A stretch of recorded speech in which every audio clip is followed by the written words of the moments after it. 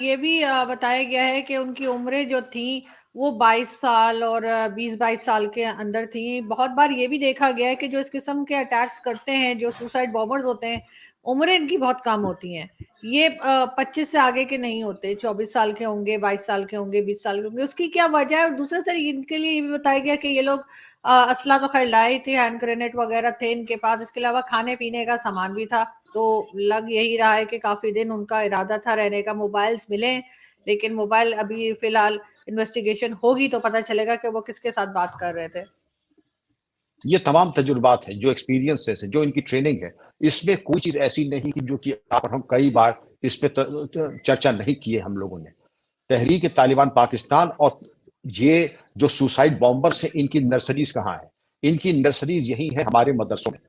جو مدرسے ہیں ان میں بہت بچپن سے ہی اس طریقے کے بہت چھوٹے بچوں کو، آپ کو جان کے تعجب ہوگا، 4 سال کے آس پاس ان بچوں کو مدرسوں میں داخلہ ہو جاتا ہے، اور وہاں پر مولوی جو کو سکھلاتے ہیں دنیا کی شکل چاہے کتنی ہی ان سائنٹیفک کیوں نہ ہو، چاہے وہ اس کے بعد موت کے بعد جس کو کہتے ہیں کہ غازی جب شہید ہوتا ہے، ہلاک ہوتا ہے، تو اوپر اس کے لیے تمام تحفے رہتے ہیں، جس کے بارے میں تذکرہ ہم نہ کریں تو بہتر ہوگا. ان تحفوں کے بارے میں ایسے سبز بات دکھاتے ہیں ہمارے مولانا اور مولوی، جس سے بچوں کی جو ذہن ہے وہ ایک ون ٹریک مائنڈ ایک ان کا بن جاتا ہے. وہ سوچتے ہیں کہ یہاں تو ایک ہاتھ میں لڈو ہی ہے، اور اگر کہیں مر گئے تو اوپر بھی ہمارے لیے ایسے بیش قیمتی اور ایسے عمدہ تحفے ہیں جس کی ہم سوچ بھی نہیں سکتے ہیں.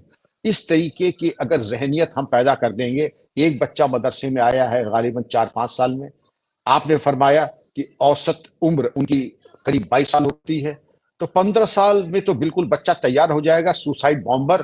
اور اس کے ذہن جس کو کہتے ہیں کہ برین ویپنائزنگ دا برین، یعنی اس کے برین کو، اس کے ذہن کو ایک ہتھیار کے طریقے سے مولانا نے تیار کر دیا. 15 سال. اور اس کی تیاری بہت پہلے سے ہوئی تھی، جب افغانستان کے لیے یہ مجاہدین تیار کیے گئے تھے. جب افغانستان کے لیے مجاہدین تیار کیے گئے تھے تو ایک نظری تیار کرنے کا ایک طور طریقہ معلوم پڑ گیا، اور اس کو عملی جامہ تب پہنایا گیا تھا، لیکن بدقسمتی سے وہ عملی جامہ اتارا نہیں گیا. اب افغانستان میں USSR نہیں ہے، امریکہ نہیں ہے. اب بچا کون؟ اب بچا خود اپنے پیر پہ کلہاڑی چلانا. تحریک طالبان پاکستان تو پوری پاکستان کی الیکٹڈ گورنمنٹ کو چنوتی دے رہا ہے، اور وہ سب سے کے لیے خطرہ ہے. وہ صرف پاکستان کے لیے خطرہ نہیں ہے، وہ سب کے لیے خطرہ ہے. آج افغانستان بھلے ہی کہہ دے کہ طالبان افغانستان اور تحریک طالبان پاکستان ایک ہیں اور ایک دوسرے کے بڑے ہمدرد ہیں، آپ دیکھ لیجئے گا کہ وقت آتے جب طالبان افغانستان میں کوئی ایسی ایکتا نہیں ہے تو تحریک طالبان پاکستان کے ساتھ وہ کیسی ایکتا کی بات کرتے ہیں.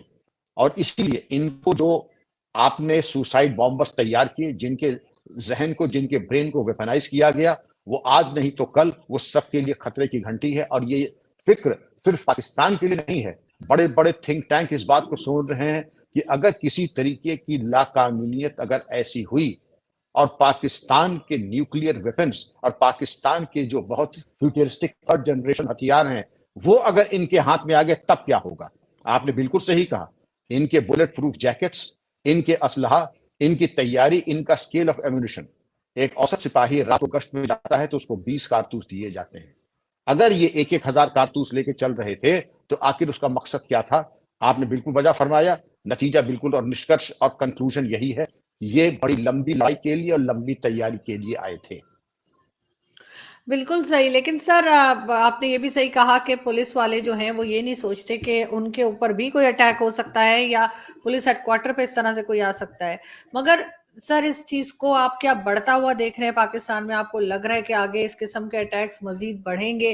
کہ یہ لوگ KPK میں پہلے ہم سنا کرتے تھے اور نیوز آیا کرتی تھی کہ KPK میں اس قسم کے اٹیکس ہو رہے ہیں، لیکن اب یہ کراچی تک پہنچ گئے ہیں. اب یہ دوسری بڑی سٹیز چاہے وہ اسلام آباد ہو، لاہور، وہاں تک بھی بات کی جا رہی ہے کہ شاید اب اس قسم کے حادثے وہاں پر بھی ہونے کا امکان ہے.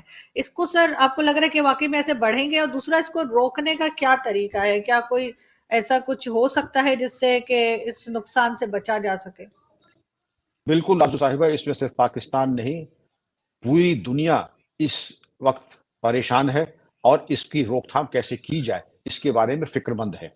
اور آپ کا یہ کہنا اور آپ کا فکر مند ہونا کہ کیا یہ حملے اور ہوں گے، اتنی تیاری کے بعد آنا، یہ کم سے کم ایک کنکلوژن تو ہمارا ہے کہ یہ پوری تیاری سے تھے، ان کا ریہرسل، ان کی پریکٹس، ان کی سرویلنس ایک دوسرے ہی لیول کی تھی، اور یہ سوچنا کہ پہلا اور آخری یہ تجربہ ہوگا، بالکل نہیں.